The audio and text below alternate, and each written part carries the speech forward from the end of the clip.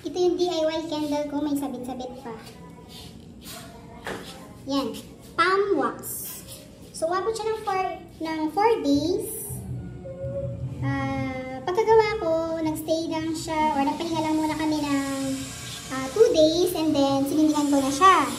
Wala akong hinalong iba, kundi yung palm wax mismo, nilusaw lang, and then ilagay dito. Ang nakakatuwa sa kanya, hindi siya umitim.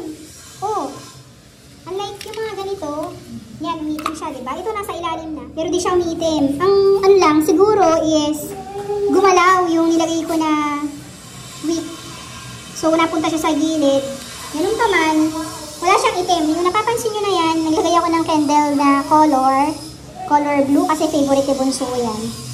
Pinatakan ko lang kasi sample lang naman. So, ang nangyari sa kanya, may mga natira lang sa gilid niya. Pero saan ka pa, umabot siya ng 4 days. Walang patayan yan, guys. Parang sinindihan ko yan ng mga 2:30 in the afternoon nung Monday. Eh ngayon, anong oras na? Magpo-4 na yata. So, more or less, 24 times 4 days. Ganun na siya katagal na kasindi. Oh, DIY candle. Ito, another palm wax ko. Hindi nga lang ganun ka kinis, no?